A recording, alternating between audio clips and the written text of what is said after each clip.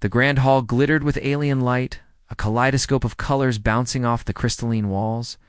Every eye in the room was on the newcomer, a lone figure who had stepped into the ceremonial chamber without announcement.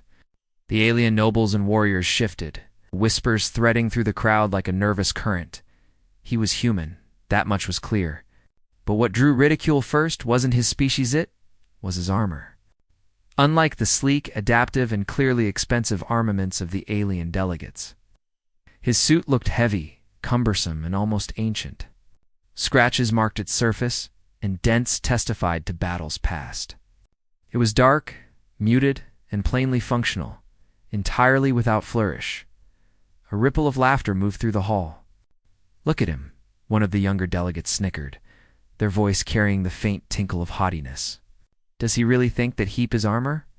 Another stepped closer, circling the human, letting their shadow fall over him. "Pathetic. I have seen humans before, but none dared show themselves in such." Ignorance of style, the human said nothing. He moved slowly, deliberately, taking measured steps that didn't match the nervous excitement of the crowd. His helmet reflected the alien light with a dull sheen. Inside, his mind was calm, alert, weighing every movement, every possibility you should leave. Another voice said, this one older, more commanding, yet laced with amusement. "You are not safe here. These halls are not meant for your kind." Still the human did not flee. Instead, he came to the center of the hall, where a pedestal rose to hold the ceremonial emblem of the host civilization. He paused there, his presence becoming more than a visitor. He was a statement. A challenge. The laughter grew, though unease had begun to creep into the edges of it. The younger delegates were unsure. Something about the human's stillness, the way his gaze scanned the room, was unsettling. Armor? A voice muttered near the back. "It's almost like a relic." Then came a sharp exclamation, a note of mockery that echoed louder than intended. "A relic." Another laughed. "Do you see this, elders? The human comes to our hall and dares wear garbage." It was a single sentence, yet it broke the fragile confidence of the crowd. They had assumed superiority. They had assumed fear. They had assumed they understood him. And yet their laughter trembled, just slightly. As if the words themselves carried doubt, the human finally moved his hands.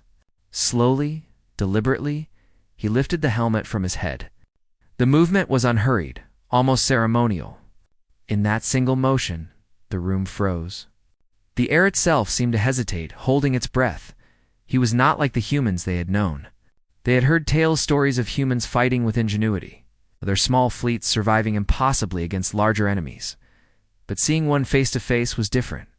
His eyes were calm, yet sharp, reflecting the light of the hall with a strange intensity. His jaw was set, strong and unyielding.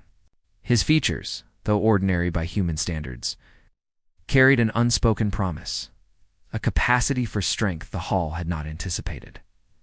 Silence fell. It was complete, almost oppressive.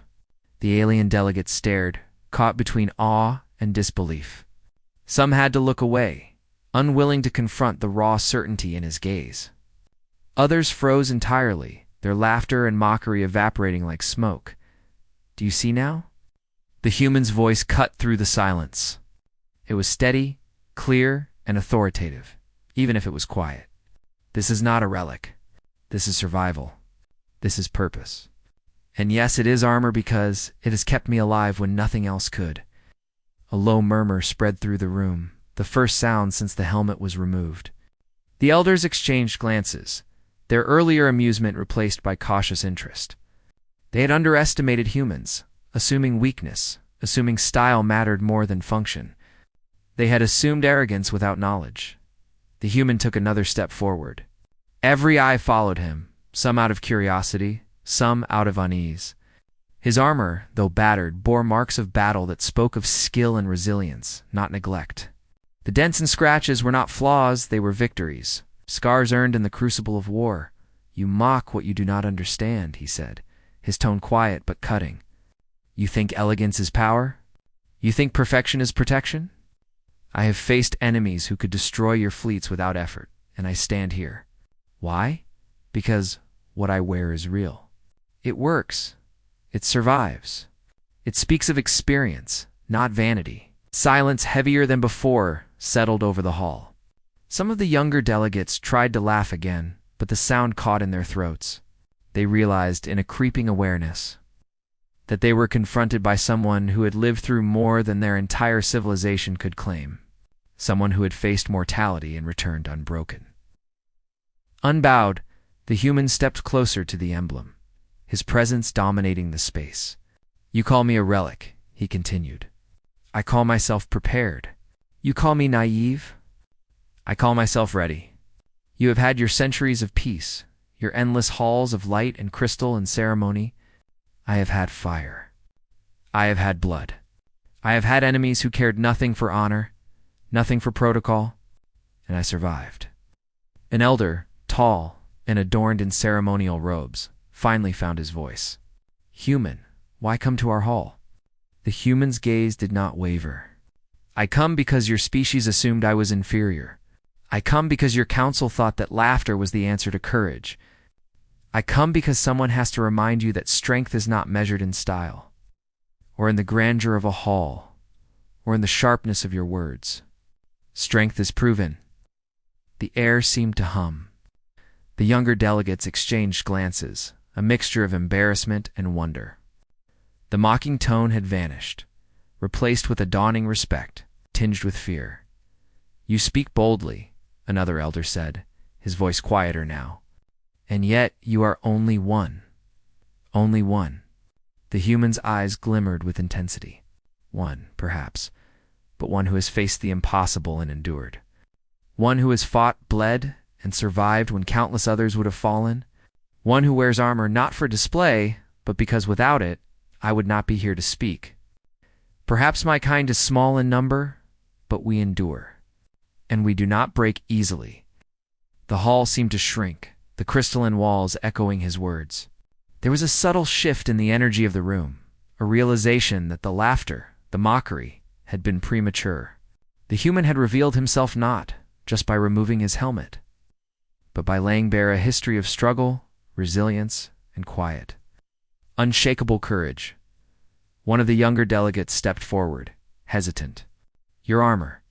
It tells a story we cannot fully read," he said, voice trembling slightly. "Your strength. Perhaps it is more than we expected." The human nodded once. "Yes, it is more. Not because I am superior by birth or by chance, but because I have fought, because I have endured, because I have chosen to survive when others would have surrendered." The laughter was gone. Whispers remained, but now they were not of derision, they were of curiosity, awe, and an inkling of humility. Even the elders, the arbiters of this hall, regarded him with a new light in their eyes. They had believed they understood humans, but understanding required experience, and experience could not be faked. "You have shown us a lesson," the tall elder said slowly. "Perhaps one we needed to learn again." The human straightened, not out of pride, but because he had nothing to hide. "Lessons are earned," he said simply. "Mockery is cheap. Strength is real. And real is not always beautiful by your standards. But it endures." A hush settled over the hall as he lowered his gaze, giving the assembly space to process. For a long moment, the only sound was the quiet hum of the alien light, flickering and reflecting off the walls like the heartbeat of the civilization itself. Then the youngest of the delegates, the one who had laughed first, stepped forward. His steps were uncertain, but there was courage in them now, tempered with newfound respect. "Perhaps we judged too quickly," he admitted, voice barely above a whisper. "Perhaps." The human replied without a trace of triumph. "And perhaps next time, judgment will be made with knowledge, not assumptions." It was enough. That single human, standing in battered armor, had shifted the balance of perception in the hall. He had reminded them that appearances could deceive, that laughter could mislead, and that courage was measured in action, not fashion. Slowly, the council began to bow. Not in submission, but in acknowledgement. The other delegates followed, their whispers fading into a quiet, respectful murmur. They would remember this day not for the laughter, not for the armor, but for the human who had dared to reveal himself, and in doing so, silenced an entire hall. The human replaced his helmet with the same deliberate care he had removed it, his eyes scanning the hall one last time. There was no anger, no desire for revenge, only the calm certainty of one who had faced the impossible and emerged unbroken as he stepped toward the exit. The hall seemed to breathe again, the whispers of respect following him like a silent trail. The laughter had vanished entirely, replaced by an understanding that would linger, spoken but unmistakable. Humans were not weak. Humans endured. Humans could surprise, and sometimes they could silence a hall with nothing more than the truth of who they were.